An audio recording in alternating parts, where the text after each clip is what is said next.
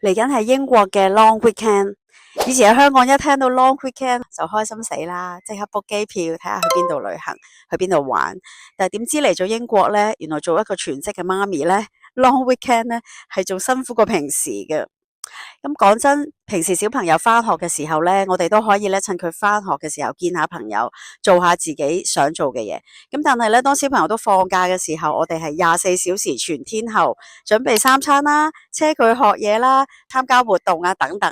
其實基本上咧，好似係連飲杯水咧，唞下氣俾自己咧，都真係冇㗎。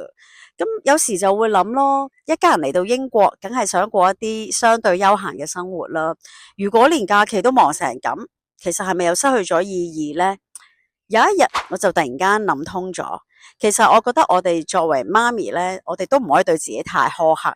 我哋其實唔需要做一個完美嘅媽咪，我哋最重要係做一個開心嘅媽咪，因為我哋係成個家庭嘅精神核心。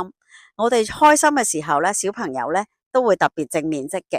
而我哋開心嘅時候呢，夫婦嘅關係都會好，家庭先至會融洽。一個真係正面積極開心嘅人，唔代表佢係處理晒所有問題，或者唔代表佢係冇問題，而係就係無論幾多問題都好呢，佢都係可以呢快樂開心過嘅。